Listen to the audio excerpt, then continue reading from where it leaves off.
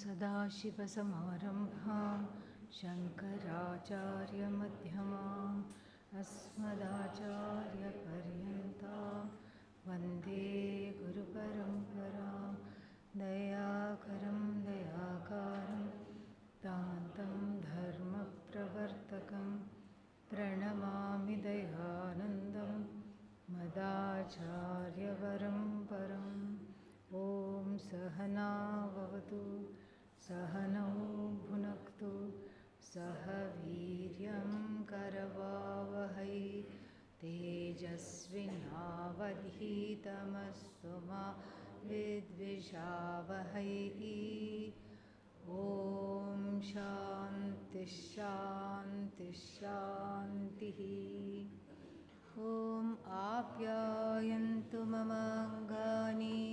वाक्प्राणश्चक्षुश्रोत्रमथो बलमिन्द्रियाणि च सर्वाणि सर्वं ब्रह्म उपनिषदं माहं ब्रह्म निराकुर्यां मा ब्रह्म निराकरोत् अनिराकरणमस्त्वनिराकरणं मे अस्तु तदात्मनि निरतेय उपनिषत्सु धर्मास्ते मयि सन्तु ॐ शान्ति शान्ति शान्तिः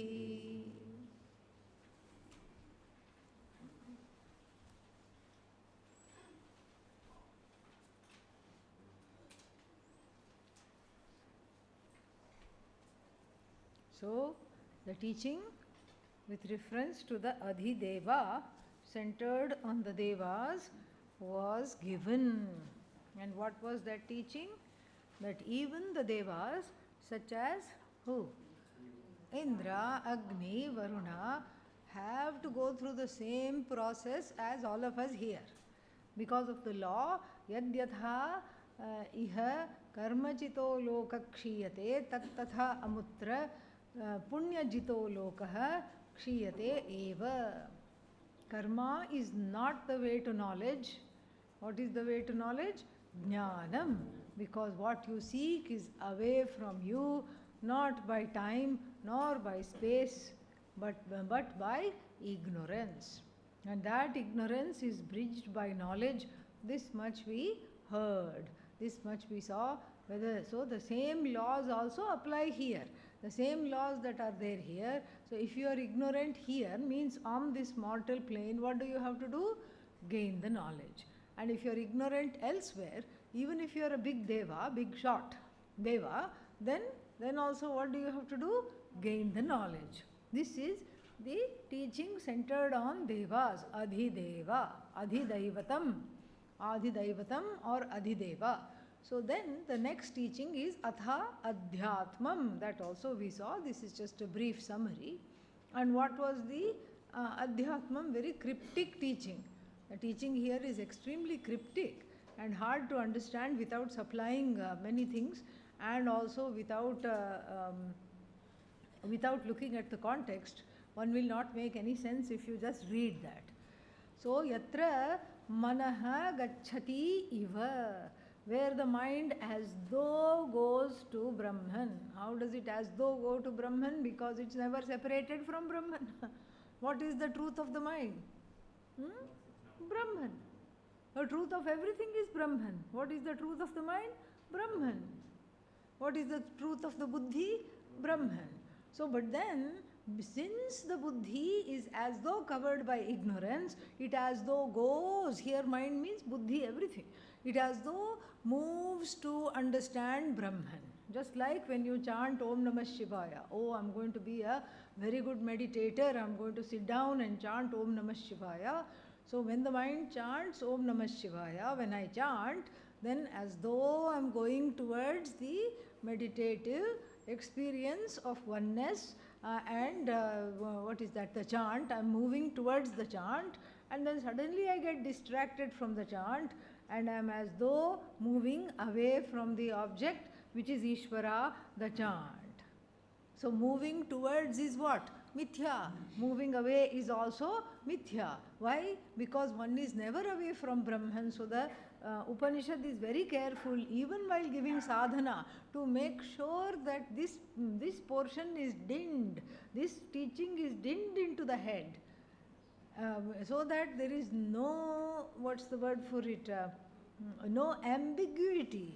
Here we are not running after something that is to be gained. What are we? What is this pursuit? The pursuit is the as though gain of that which is already oneself. And so this as thoughness, that's why gacchati iva. Yatra manaha gacchati iva. It cannot be yatra mano gacchati. If it had said without the iva, what would have happened? We would have said, okay, the mind has to go. Already the orientation is, it has to be gained by the mind. I have to figure out Brahman. No. You are already Brahman, mind is Brahman. Because of Brahman, mind is. And then so mind is not separate from Brahman. Brahman is not the mind, but the mind is not separate from Brahman. And to know Brahman, so this is Shravana Kale, Gacchati Iva. So when I sit down to do Shravanam in a classroom setting and the teacher is expounding the knowledge, Gacchati Iva. So every fiber of my being is going towards Brahman. I am catching hold of every word of the teacher. This is Shravana Kale, Gacchati Iva. Then what? Then the Shravanam should be the Mukhya Sadhanam for the gain of the knowledge. In fact, Mukhya Sadhana means the only sadhana for the gain of the knowledge that is required is what? Shravanam. Because the thing that is separating me from what I need to know, that separating factor is ignorance. To bridge the ignorance, Shravanam is recommended, and that should be the only sadhana. But we find that even though the knowledge takes place, it is riddled with doubts, error, and habitual orientations. So, vagueness, habitual orientations. Habitual orientation means I know I am Brahman, but I am not behaving like Brahman. Yeah. How is Brahman? Nissanga, not connected to anything, not interfering in anything, minding its own business, just giving its satta and spurti, just giving lending its presence to everything, but itself asanga. What am I? Full of sangha, not a sangha.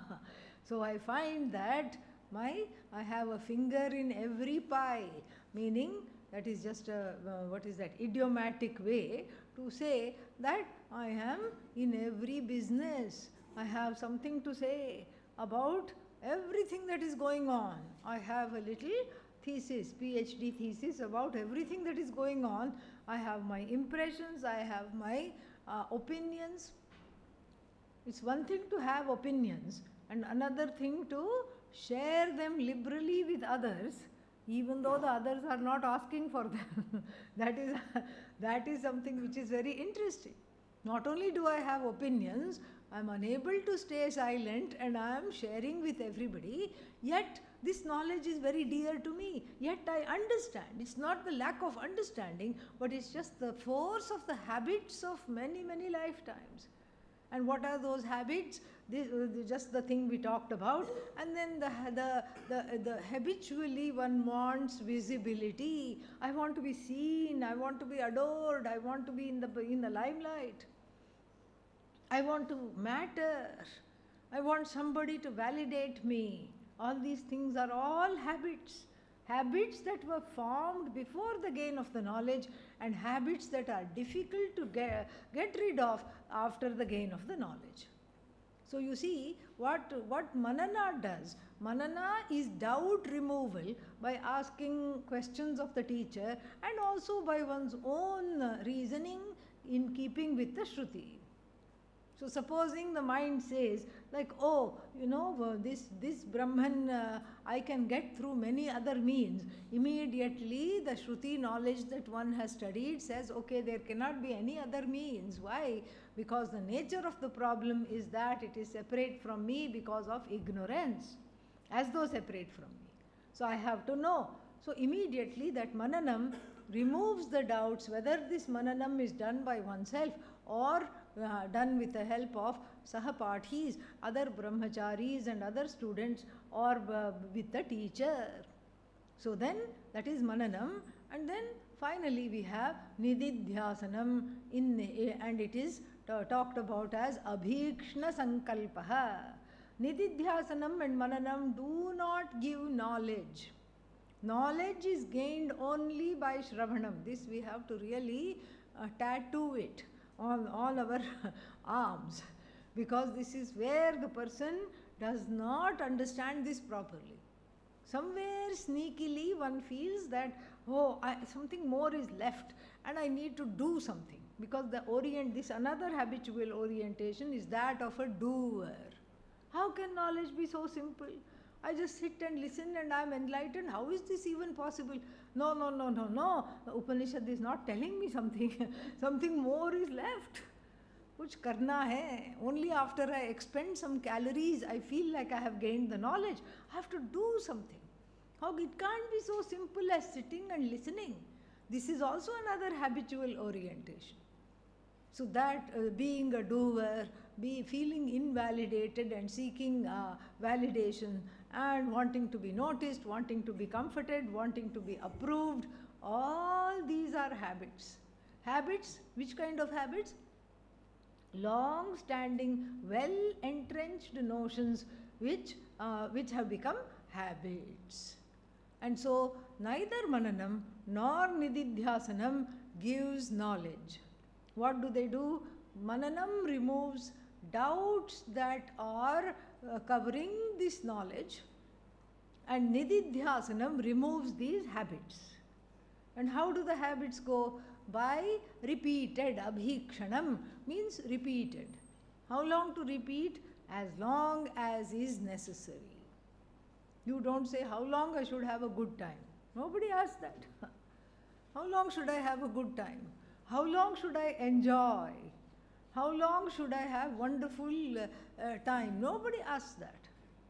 In fact, that's what one wants forever. And so nididhyasanam is a way of, as it were, enjoying the knowledge at leisure. Usually the knowledge is hurriedly gained and then forgotten, because it is not forgotten, overpowered by the day-to-day exigencies of what I have to do, where I have to go. And so the knowledge is enjoyed here deliberately. But here is a catch, what is that called? 22. Catch 22.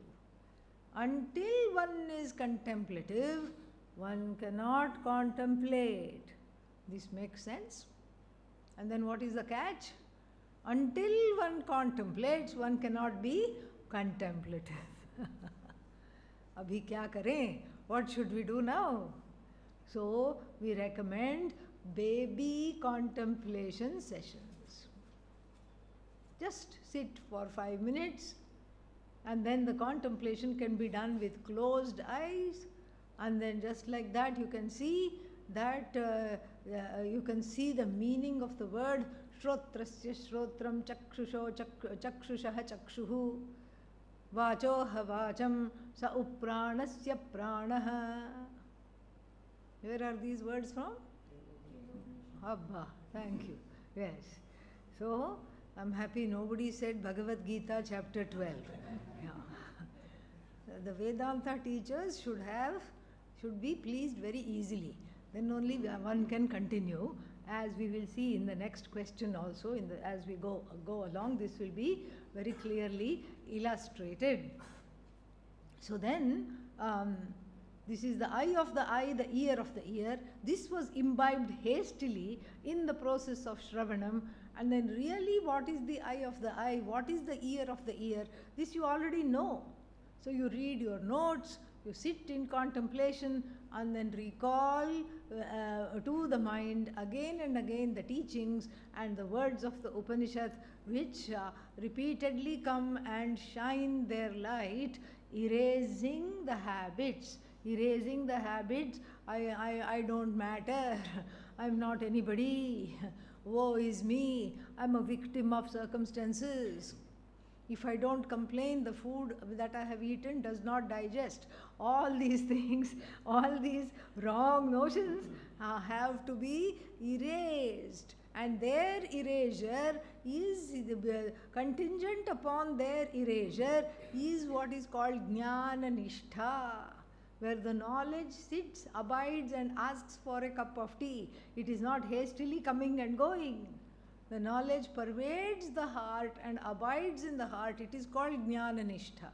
So Jnanam, understanding I am non-separate, and then from Brahman, Jnana Nishtha, not swerving from that understanding. So then, that is closed eye contemplation, and then we can also do open eye contemplation, sit somewhere on the banks of the river or in some other pleasant place, and whatever you look is what? Brahman.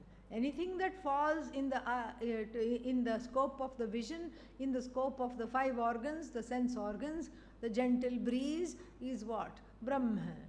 And then the sun shining, Brahman. And then what else? The water, the sound the water is making, Brahman. The mountains, majestic in how they are, Brahman. And the one who is contemplating, don't leave the 10th one out. That one is, to begin with, that one itself is Brahman.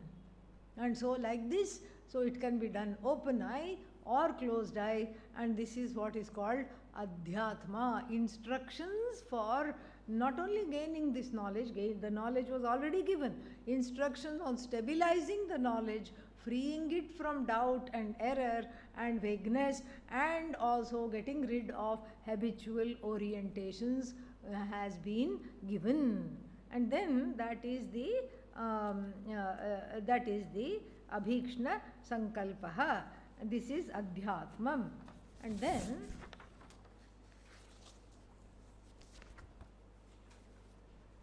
there is, that is Adhyatmam part 1, what we studied yesterday.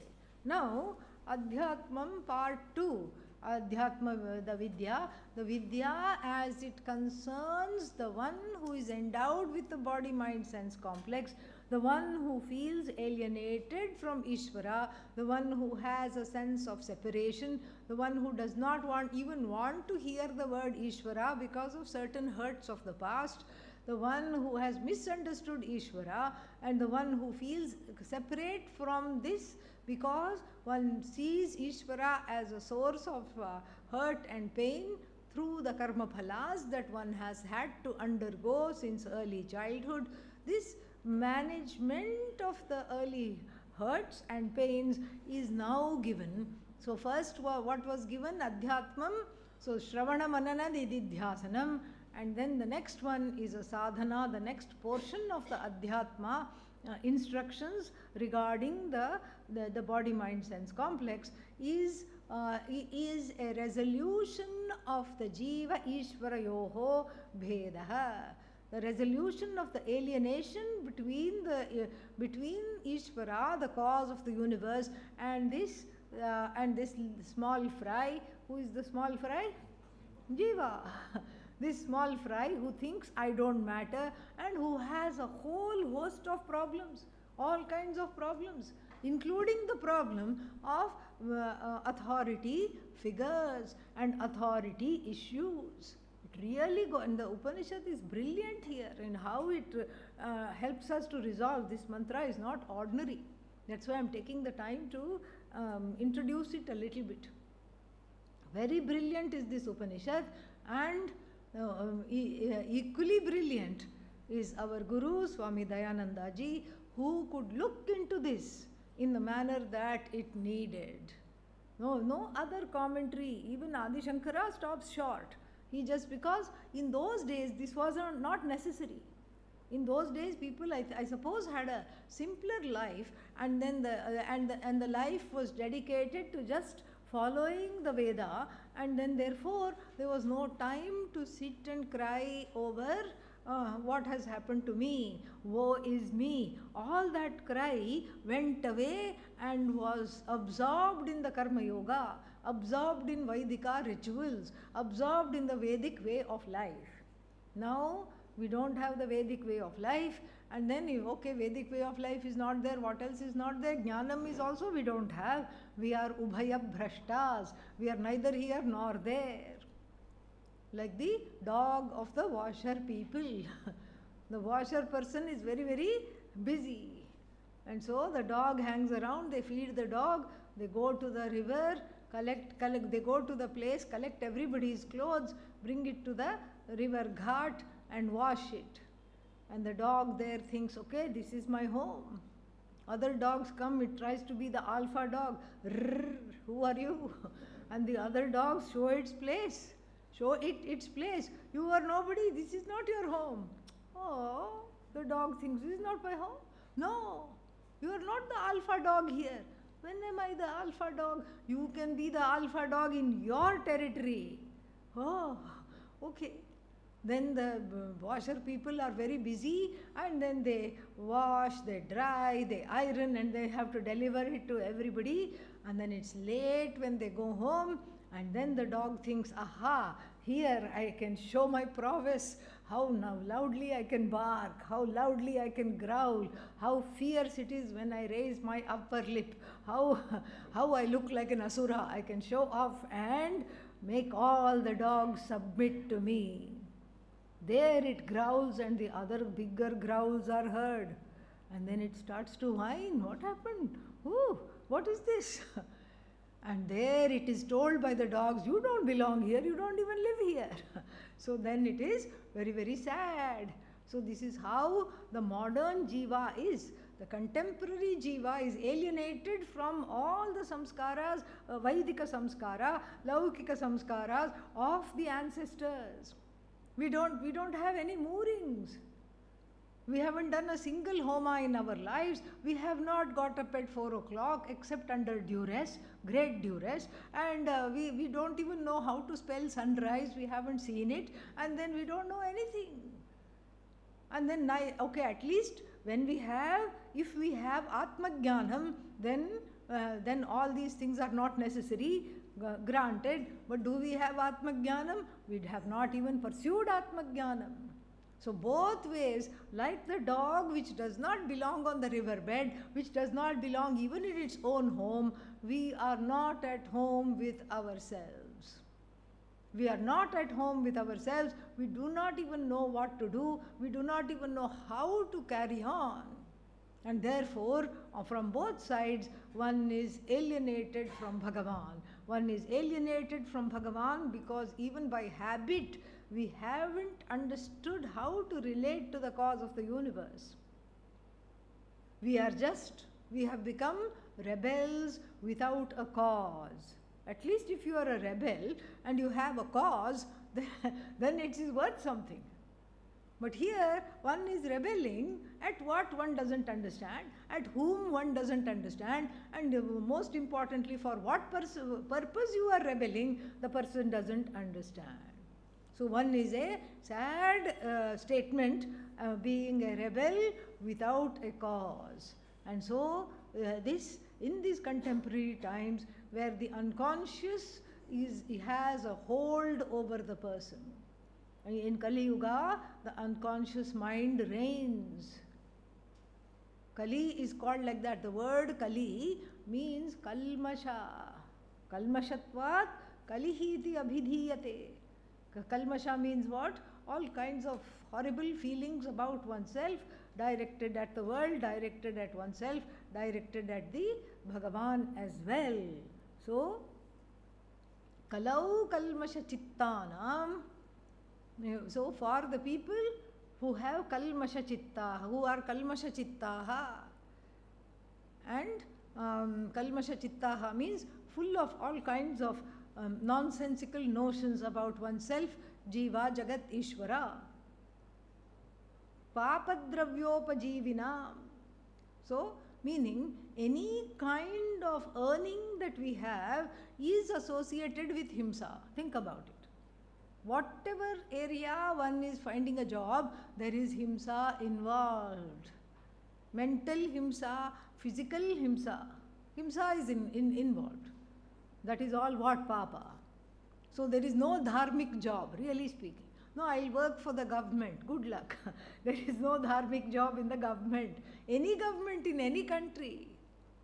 There is something that happens above the table and there is something that is happening underneath the table. That is more important than what is on the surface. And in some places, it's all, what is that? Lakshana language. It is not Vachyartha. Nobody will say, you know what, I will get your tender passed. I will get your home loan approved. I will give you a building permit. Just give me 500,000 rupees right now and I will get that done. Nobody will say that. But Lakshanaya. Lakshana means what? Implied meanings. And then, how is that? I'm too busy. Come tomorrow. Then you go tomorrow. And what is one thing we know about tomorrow? Never comes. And after many tomorrows, you say, okay, what is going on? What am I missing here? What am I not understanding? And then you say, okay, can we just talk plainly? The official doesn't want to talk plainly. But then, yeah, we'll talk plainly. And then what is the plain talk? I see that you are a hard-working person and you have earned everything dharmically. You're a hard-working person and you have a family. And guess what? I also have a family. You need help? And then, I also need help. Why not we help each other? And if you don't understand this, then what? Then you go away scratching your head, wondering, what is this? How to help him? Maybe he or she requires a fruit basket. So, you take a fruit basket the next day. They are not interested in the fruits. They are looking underneath the fruits. Mango, grapes, everything. Niche kuch hai, maybe some envelope. What is the fruit basket lined with? They are more interested in that.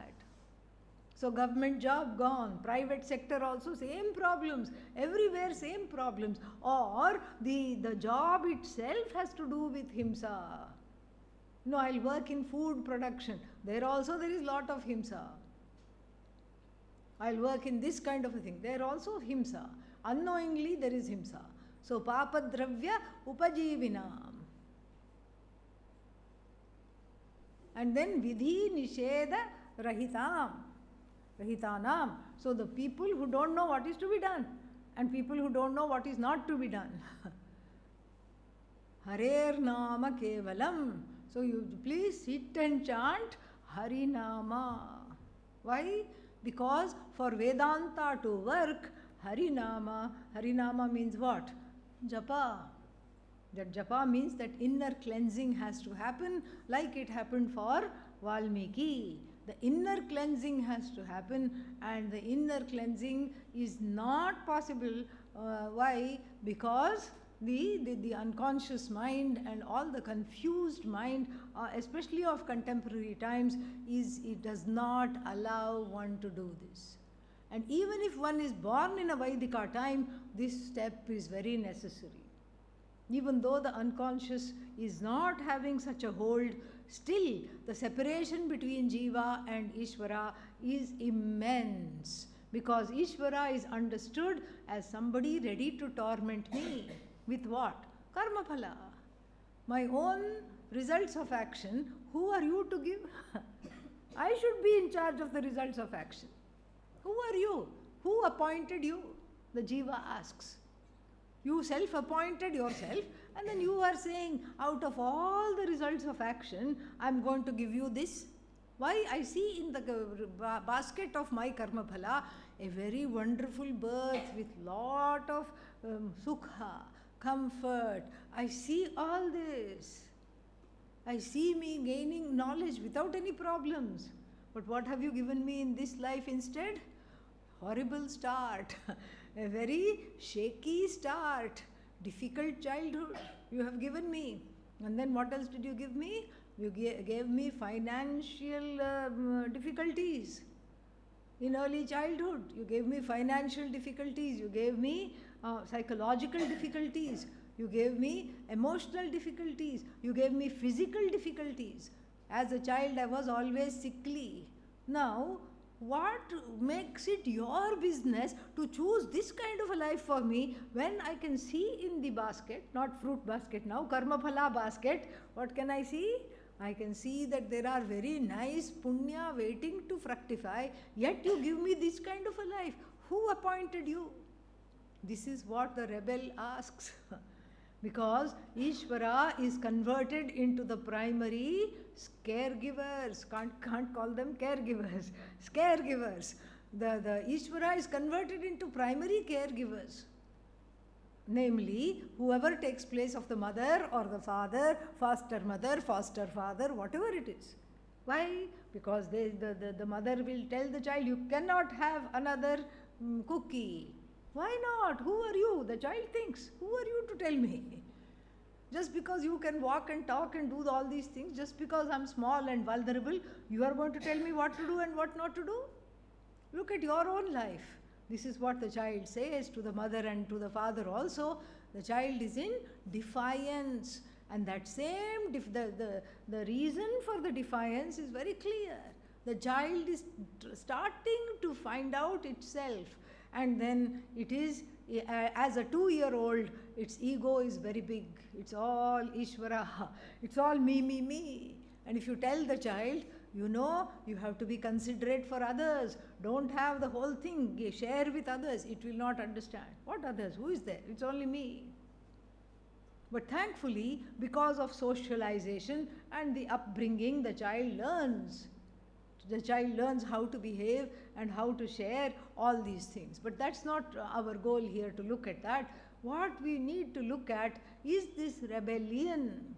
This rebellion of the 2-year-old against its parents continues up till 92. Oh, but at 92 the parents are not alive. Doesn't matter. It is still directed towards the world, and that subjective patina, that subjective veneer is there where one becomes reactive in the face of any kind of an authority. This is the rebel without the cause, for no reason other than non-understanding. Non-understanding is the reason, and so therefore what? So therefore this you cannot go and fight with everybody with whom you have authority issues. That is impossible. So therefore you have to go to the source of all authority issues, which is what? Ishvara. Ishvara is seen as the ultimate authority. Why? Only from the standpoint of this body, mind, sense complex. The vision of Vedanta is that you are not a creature. This is a very important thing to understand. You are not created by Ishvara. All other theology says, I am created by Bhagavan. And so, creator-creature relationship is not the bedrock of moksha. That's not the foundation of moksha. If you are having a theology that I am created, the I is created, then there can never be oneness. The I will always be different from that who is known as the creator. In Vedanta, it's the only philosophy that defies all other theologies and says that you are not created. You are not created at all. What are you? You are Brahman. You are Ishvara. Oh, then what's the difference between Ishvara and me? Ishvara does not complain. That's the only difference. I'm not going to say what you do, but Ishvara does not complain. That's the only difference. Why does Ishvara not complain? Because Ishvara does not have Atma Ajnanam. Ishvara is aware of his, her, Ishvarata, Ishvaratvam. Ishvara is in has full knowledge of oneself as consciousness. Ishvara neither gets flattered by becoming, quote unquote, having a status of the ruler of the universe. Ishvara does not get upset in pralaya where that status is taken away. This is the difference. And you are what? Ishvara. Except for the complaints, the jiva is Ishvara alone. No other possibility is here. And this has to be understood. How? First I understand myself as one endowed with the body, mind, sense complex. This upadhi. Upadhitaha bhedaha. The Bheda, the Ishvara Jiva Bheda is based on the differences between the Upadhi alone. And as long as I am in this Upadhi, those differences have to be resolved. I am low, this Ishvara is high. Who is this Ishvara to give me karma phala? This anger, this pain, this sorrow, that I have been given a bad lot. All this has to be resolved without condemning anybody, and most importantly, without condemning oneself. And for this, in the next mantra, a brilliant formula is given, and let us just read the mantra. Tadha Tadvanam Nama Tadvanam iti Upasitavyam Saya etat Evam Veda Abhi Ha Enam Sarvani Bhutani Samvanchanti. Yeah. So the Abhi here, Veda plus Abhi. This Abhi has to go with Samvanchanti. Please make a note. Abhisamvanchanti. Two upasargas there, two prefixes, Abhi and Sam. Abhisamvanchanti. But Veda can get away with putting the prefix away from the word. You can't get away with that. Abhisamvanchanti. We'll see the meaning first, the translation. Tadha. So, tat means what? Always the word tat means Brahman. This Brahman, which appeared as the Yaksha, which is of course, which has been described as the eye of the eye, the ear of the ear, etc., etc. This very Brahman, what is that? Tadvanam Nama. Tadvanam Nama. It's called Tadvana. Let's see what Tadvana means later. Later, it has a new name now, Tadvana. Why a new name suddenly towards the end of the text? Suddenly we are having a new name. Why is this new name there? New name is there so that in case everybody is sleeping, this is a gentle wake-up call. Oh, Brahman, yeah, I know Brahman, yeah. Yeah, or I'll just go off into my own, what is going to happen? What will I do after 3 months course? Where will I go? All these thoughts, somewhere one has gone, and then what? And then so here, therefore, this is Tadvana. What? Oh, I don't know this word. Okay, let me pay attention. One reason. Upanishad always gives a little twist. Suddenly, like teaching Narada about Brahman, the teacher, Sanat Kumara, suddenly says, Bhuma. Who? What? What are you talking about? I know Brahman, I have studied the Rig Veda and all these things. I know the word Brahman. Who is this Bhuma? Just to make sure that one is alert. If Shravanam is the sadhanam, then one must listen as though one is meditating. So each time you listen like that, then you have, 3 classes a day of Vedanta means 3 hours of meditation. Yeah, what you do in meditation, you bring the mind repeatedly back to this. Similarly, when the mind goes away into something or you get distracted, who is coming, who is going, immediately you bring it back. This is what is, that's why Shravanam is an effective sadhanam.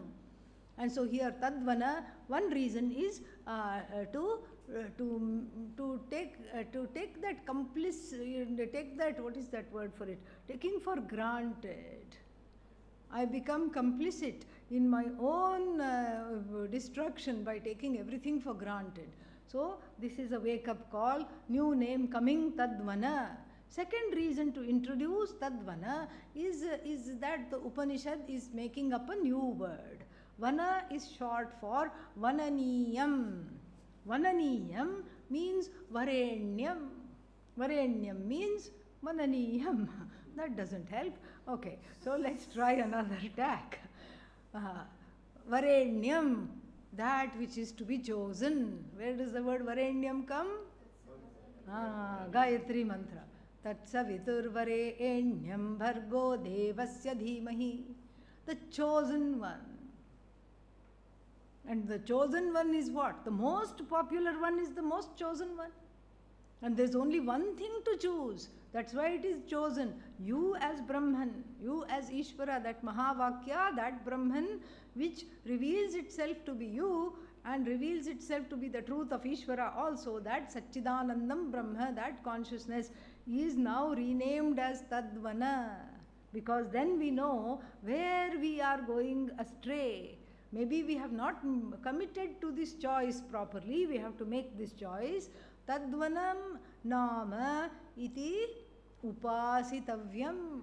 So this is a part 2 of Adhyatma in the form of sadhana. Tadvanam iti upasitavyam. It must be chosen, upasitavyam. It must be worshipped as Tadvana. We'll see that. Tadvana means the most chosen one, the most adorable one, Vananiyam, the most worshipful one. It has to be seen as, invoked as, it means this Brahman, this consciousness which was earlier described right at the start as the truth of the eyes, the truth of the ears, Shrotrasya Shrotram, etc., etc., must be now as a means of worship. And why the worship we'll see later, as a means of worship to bridge the gap between the complaining one and the non-complaining one, even as I reside in this body-mind sense complex, that is where the pain and the hurt is. And that pain and hurt on the empirical level must be resolved before the Paramarthika gain is done. What is the Paramarthika gain? Myself as free of all this. Right in the beginning, I cannot say I am free of my complaints. It would just be a dissociation. You can say that. You can suppress the pain. You can even go, quote unquote, beyond the pain by completely denying it. You can deny the difference. You can deny the alienation. You can deny the separation. But then that's not a resolution. Here, a beautiful method is given for the resolution of all that we have talked about up till now, introducing this mantra. Tadvanam nama iti upasitavyam. The suffix tavya has the force of an injunction. A Vedic injunction here, it must be done. By who? My neighbor. No, by you, the one who is reading it. By you it has to be done. By you this has to be done, upasitavyam. And then it says, we are just looking at the translation. Saya etad evam veda. Now the one who knows oneself and who knows Ishvara, connects to Ishvara, the alienation all gone, knows etad evam, knows in this manner. And let's not forget one beautiful twist of grammar. What is the first word of the mantra? Tat. And now that tat has become, tat means that, remote. That tat means, that tat has become what now? Etat, here. That Brahman, here. Ishvara, here. That Ishvara, that Brahman, because of whom I am tormented, because of whom I am frightened, what karma phala is going to come next, I don't know. That through this resolution and through, of course, the teaching, and for the teaching to go into the heart, this resolution is compulsory, is mandatory. And through this resolution, what has happened? The tat, lo and behold, has become etat. Etat means this. That, the word that is used for things far away, far away, very far away. That river, that mountains, those mountains, that river, that door, that window. And then this body, I don't say that body. That body means I'm referring to some other person. This body, this mind, intimate to me, closely experienced. And so that Brahman has now become what? This I.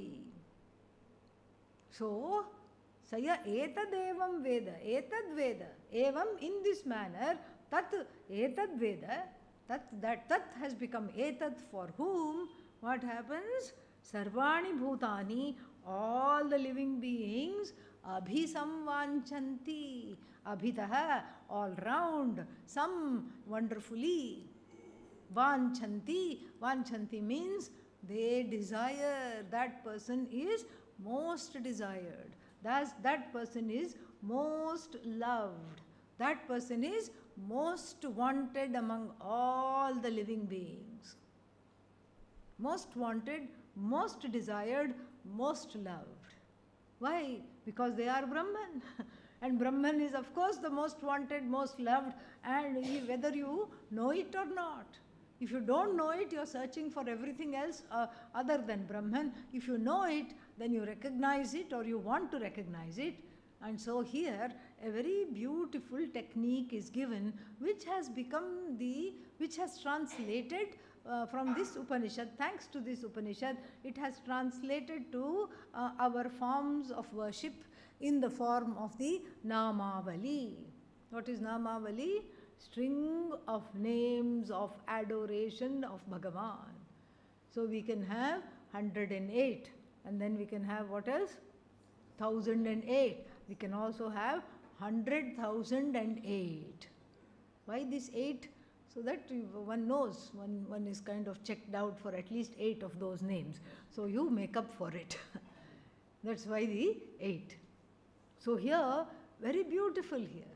So if you analyze the Namavali, if you analyze the Ashtotra, if you analyze the 108 names, you see that it follows a very interesting pattern. Based upon this mantra only, this kind of a Namavali practice has come. What is the pattern? It starts with Om. All the Namavalis start with Om. Om Shivaya Namaha. Om Vishveshwaraya Namaha. Om Pinakine Namaha. So it starts with Om and ends with what? Namaha. That's the first common thing you see in all the Ashtotras, begins with Om and ends with Namaha. I'll talk about more about that in a bit. And then the second thing you see is that it's a glorification of that Bhagavan who I have no access to, who is known to me through the Upanishads, etc. as what? The cause of the universe. What am I? Because I am not the cause. I don't think I am the cause. That is the cause for my rebellion anyway, because I am not one with the cause. And I resent not being one with the cause. That is the cause of my rebellion. And then the second way in which I am separated from Bhagavan is all power, all Shakti, all Jnanam. And what am I? Small Shakti, small Jnanam, small power. Bhagavan is adorable by everybody. I am just adored by the family dog. That's all. Nobody else even comes out to greet me. Only the dog comes with the tail wagging. That's all it is. So I know power, but I don't have it. I know adoration, but I don't have it. I'm not the recipient of it. That is the second point of difference that is palpable from this standpoint of the body-mind-sense complex between myself and Ishvara. And the third one is this, that I am not, I am not you. I am just this small, finite being. And what are you? Infinite. What am I? Finite. Always I'm worried when this body will end, when this mind will end, when will the mind go before the body? Oh my God, I'll have dementia. This is what everybody worries about. Therefore what? Keep on eating all kinds of berries. Goji berry. Yeah, it's going. That's why it's called go. Goji berry. Himalayan berries. About 20 years ago, we did not even know of this blessed berry's existence. Supposedly it is brain food. So then what? You over harvest it and keep on eating it. No, but what if you are not from India? That's where people get. In India you will not find. Only abroad it is sold. Goji berry. And there is one more. What is that in South America? Acai berry. That is also helps to keep the mind intact, supposedly, because it has a lot of antioxidants. After eating a lot of acai berries, I can heave a sigh of relief, like, oh, my mind will be okay. Then what do we have? So many other berries like this are there, antioxidants. You keep, doing. Why? Because there is fear. The mind will go, the body will go. And this is the one who has to resolve the difference here. Settle accounts with Ishvara, how to do, that's what Pujya Swamiji talked about. And here it is given brilliantly here.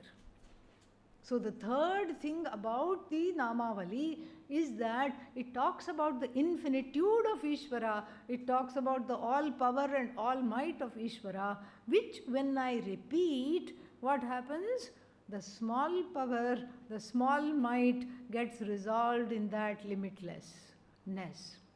Because if Ishvara is limitless, and if Ishvara is limitless, does limitlessness include limitations? Who said no? Yeah. If in that which is called limitless, limitations are also included. My limitations are included in that which is totally limitless. Of course, Ishvara includes my limitations. Ishvara is so vast that it includes my limitations. There is a reason for my limitations based on upadhi, based on the mind, etc. It includes my limitations. And when the limited being, private limited, I am this individual with all these fallacies, with all these doshas, with all these fears, with all these sorrows, I surrender. Namaha means surrender, we'll see that. I surrender these limitations at the altar that is limitless. What remains? Only limitless remains. Limited does not come into the picture at all. Limited is absorbed into the limitless. The finite is, what is that? Included in the infinite. The infinite cannot be infinite unless and until it includes what? The finite. And so here a beautiful sadhana is given based on these commonalities. So it starts with Om. What is Om? We have seen. Om is alambana. Alambana means it's a way of connecting. It is a place of upasana. Why? Because Om includes Nirgunam Brahma, Satchidananda, as well as Ishvara. Sagunam Brahma, Om includes. And in that Sagunam Brahma, what is included is the Jagat, ever expanding Jagat, the Jagat in Pralaya, as it were, the Jagat as we see, and then all this is included, and so therefore what? Oh, it includes me. It includes me as the waker, it includes the Jagat as the ever expanding Jagat, and then it includes me as the dreamer, which is what? The dreaming world is Ishvara as Hiranyagarbha, the potential to create. As a dreamer, I too have a potential to create. It includes me as the sleeper in Laya. Without the superimposition of this body-mind-sense complex, in sleep I am, and similarly in sleep this Brahman, this Ishvara also is what? Is latent in sleep without any superimpositions. So the Om becomes a first Mahavakya really, because it includes me, it includes Ishvara, it is both Nirguna, Saguna. Therefore I start the Namavali, every Nama with Om. And then it ends with what? Namaha. Namaha means it's an indeclinable word. It's an namas, indeclinable word. What does it mean? Salutations, surrender. Surrender means what? I have no other option here. Upasitavyam. If I don't surrender, what will happen? Nothing will happen. That's the point. No knowledge will take place. I will continue to be a rebel without a cause. And so this surrender, in the beginning maybe it is forced, maybe I am faking it to make it, doesn't matter. It's still a surrender. You're not really faking it. You're faking it right now. You're faking the difference between yourself and Ishvara right now, because no such difference exists. Yet we say fake it and make it. You're not really faking it when you enact that there is no difference. This is an enactment, an everyday enactment of the non-difference between Ishvara and Jiva. Very brilliant, so beautiful, so profound. Here it just brings it all together towards the end. This teaching you won't find any other Upanishad. It's just very, very nice here. Beautiful.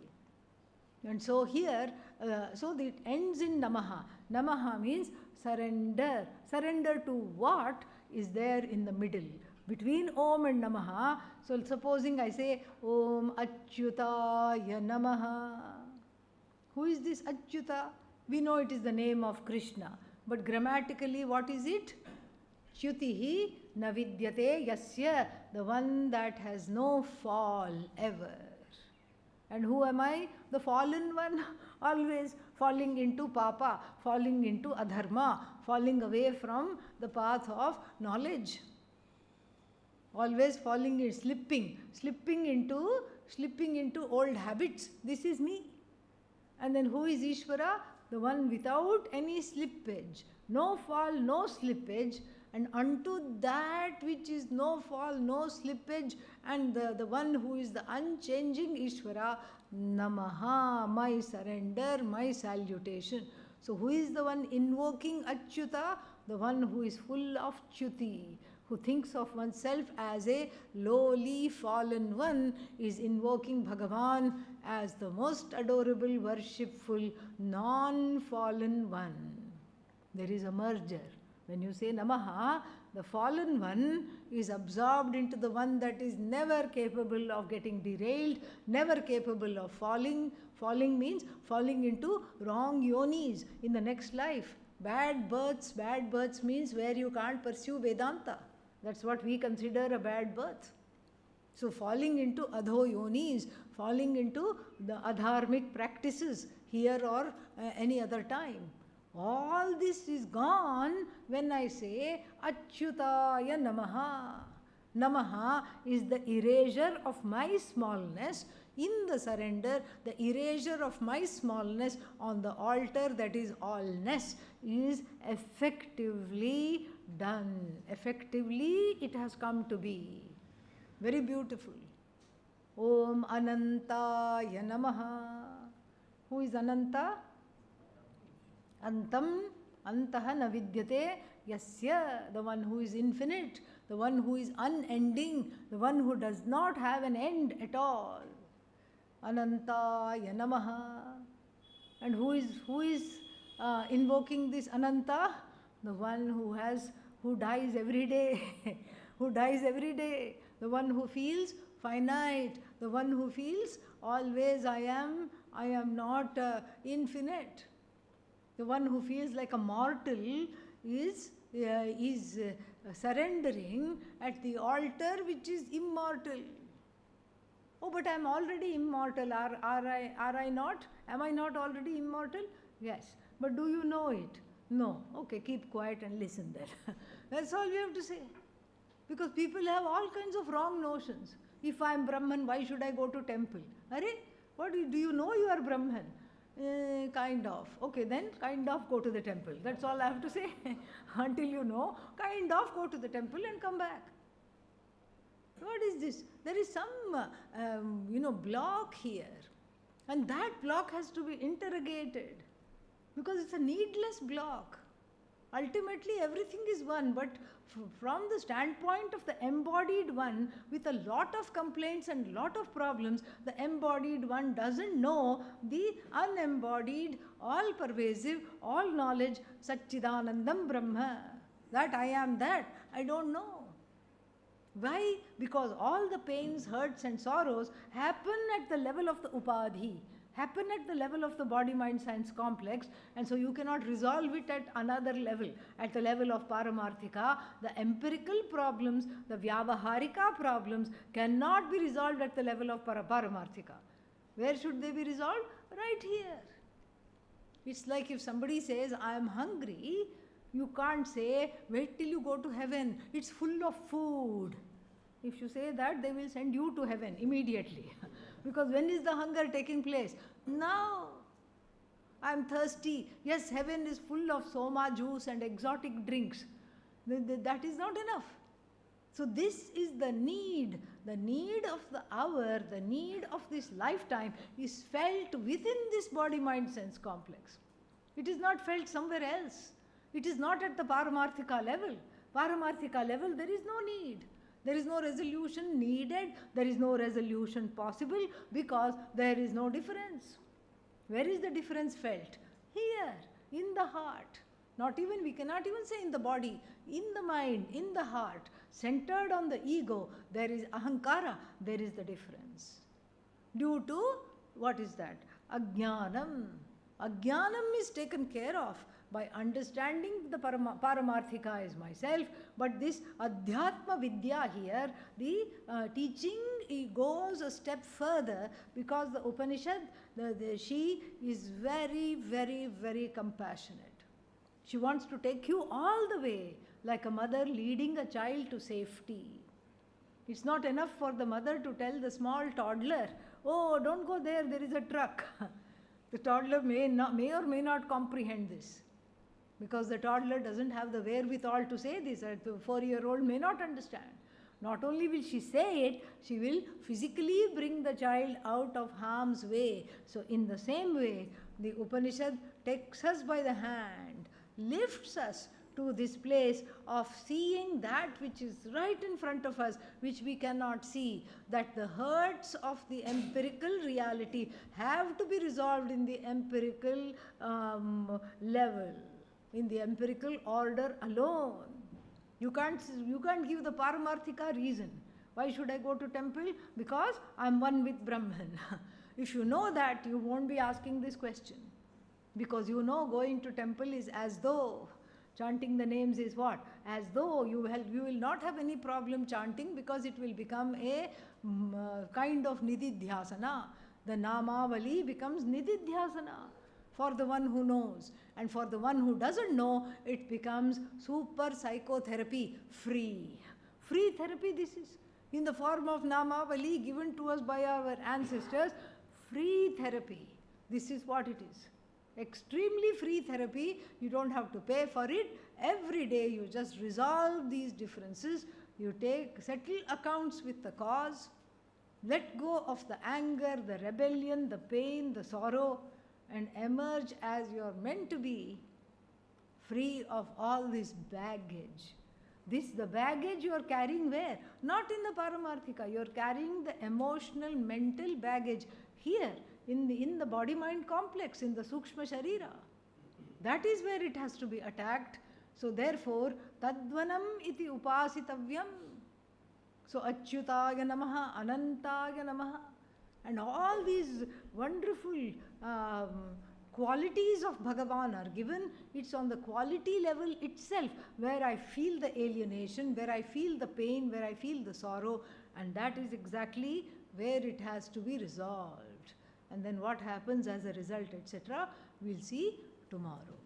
Om Purnamadav Purnamidam Purnat Purnamudachyate Purnasya Purnamadaya Purnamevavashishyate. Om Shanti Shanti Shanti. Harihi Om Shri Gurubhyo Namaha. Harihi Om. I'm going to convert today's satsang so that we'll have